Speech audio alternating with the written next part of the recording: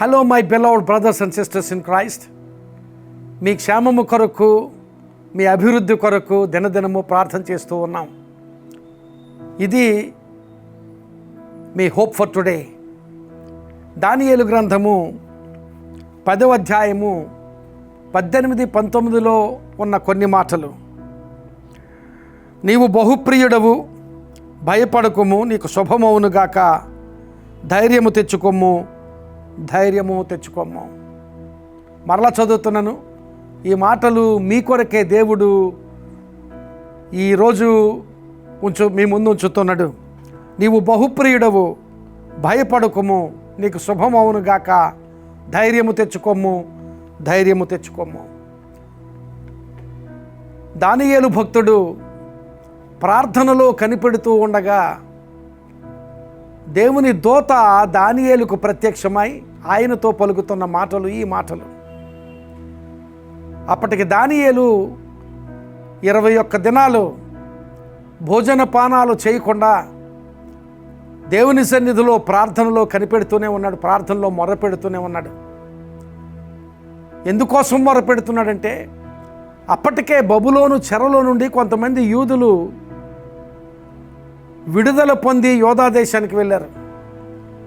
కొద్దిమంది యూదులు యోధా దేశానికి వెళ్ళినా, యోధా దేశానికి వెళ్ళి యెరూషలేము పట్టణ పునర్నిర్మాణం వారు ప్రారంభించగా అనేకమైన ఆటంకాలు వారికి ఎదురవుతున్నాయి. చాలా వ్యతిరేకత వారికి ఎదురవుతోంది. దేవుడు వారిని ఆ చెర నుంచి విడుదల చేసిన ఆ ఫలితం అక్కడ యెరూషలేము పట్టణంలో కనిపించడం లేదు. అక్కడ ప్రజలు విడుదల పొందినప్పటికీ వేదనలో ఉన్నారు. ఆ వేదన దానియేలు వ్యక్తిగతంగా అనుభవిస్తూ దేవుని సన్నిధిలో మొర్రపెడుతున్నాడు. 21 దినాలు దేవుని సన్నిధిలో మొర్రపెట్టాడు. ఆ జవాబు తీసుకొని వచ్చిన దూత చెప్పిన మాట ఏమిటంటే, నీవు ప్రార్థన చేయడం మొదలుపెట్టిన మొదటి దినాన్నే దేవుని దగ్గర నుంచి నేను ఈ జవాబు పట్టుకుని బయలుదేరాను. కానీ 21 దినాలు అపవాదిని ఎదిరించి పోరాడవలసిన అవసరత ఏర్పడింది. అపవాది నాతో 21 దినాలు పోరాడాడు. అపవాదితో నేను పోరాడుతుండగా మిఖాయేలు దూత వచ్చి సహాయపడి ఆ పోరాటంలో నాకు విడుదల కలిగేటట్లుగా సహాయపడిన సంగతి ఆ దానియేలుతో ఆ దూత చెబుతున్నాడు. ఆ దూత దానియేలు దగ్గరికి వచ్చి, ఇదిగో నీవు ఏ విషయంలో భారం కలిగి ఉన్నావో, ఏ విషయాల్లో భవిష్యత్తును గూర్చి ఆలోచనలు లేక విచారము, భారము కలిగి ఉన్నావో ఆ విషయాలు ఎలా ఉండబోతున్నాయో అనే విషయం ఆ దూత దానియేలుకు తెలియచేసిన సంగతులు. అయినా ఈ సంగతులు సమీప భవిష్యత్తులో జరగబోవు కానీ దూరపు భవిష్యత్తులో జరుగుతాయని చెప్పి దూత ఆ సంగతులను వివరించిన సంగతి అక్కడ దేవుని వాక్యంలో చూస్తాం. ప్రియులారా గమనించాలి. ఈ వాక్యంలో మనం గమనించగలిగింది ఏమిటంటే,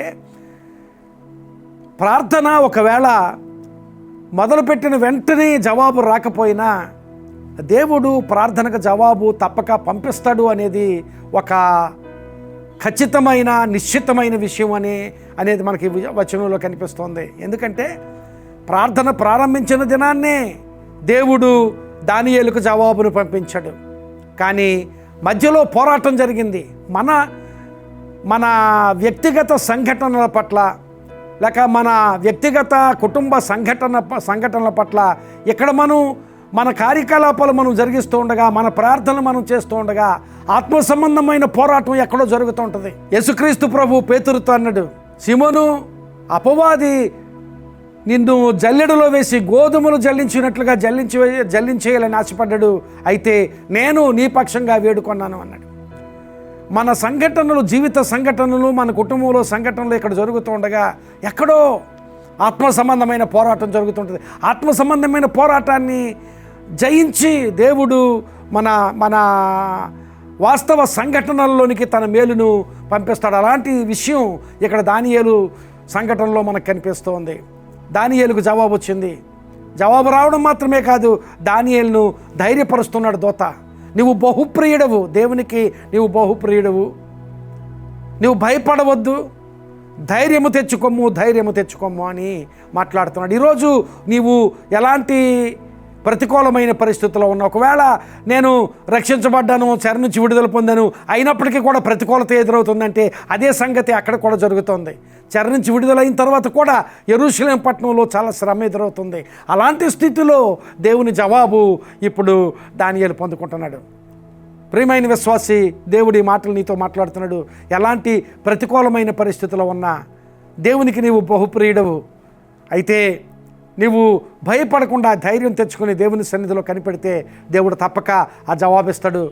21 దినాలు కనిపెట్టాడు దానియేలు. ఒకవేళ ఇంకా ఎక్కువ కనిపెట్టవలసి వచ్చినా కనిపెట్టాలి. కనిపెడితే దేవుడు తప్పకుండా జవాబిస్తాడు. ఆ జవాబిచ్చి నిన్ను ఆదరిస్తాడు, నీకు జయమిస్తాడు, నిన్ను ఆశీర్వదిస్తాడు. అట్టి ఆశీర్వాద స్థితి దేవుడు నీకు దయచేయునుగాక. ఆమేన్. ప్రార్థన చేసుకుందాం. పరిశుద్ధుడైన మా తండ్రి, కృపగల దేవా, ఈ మంచి సమయాన్ని బట్టి మీకు స్తోత్రాలు.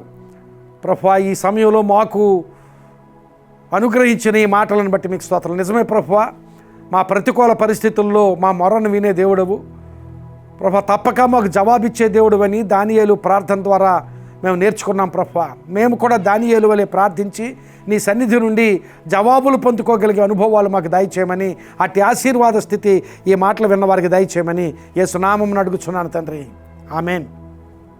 God bless you.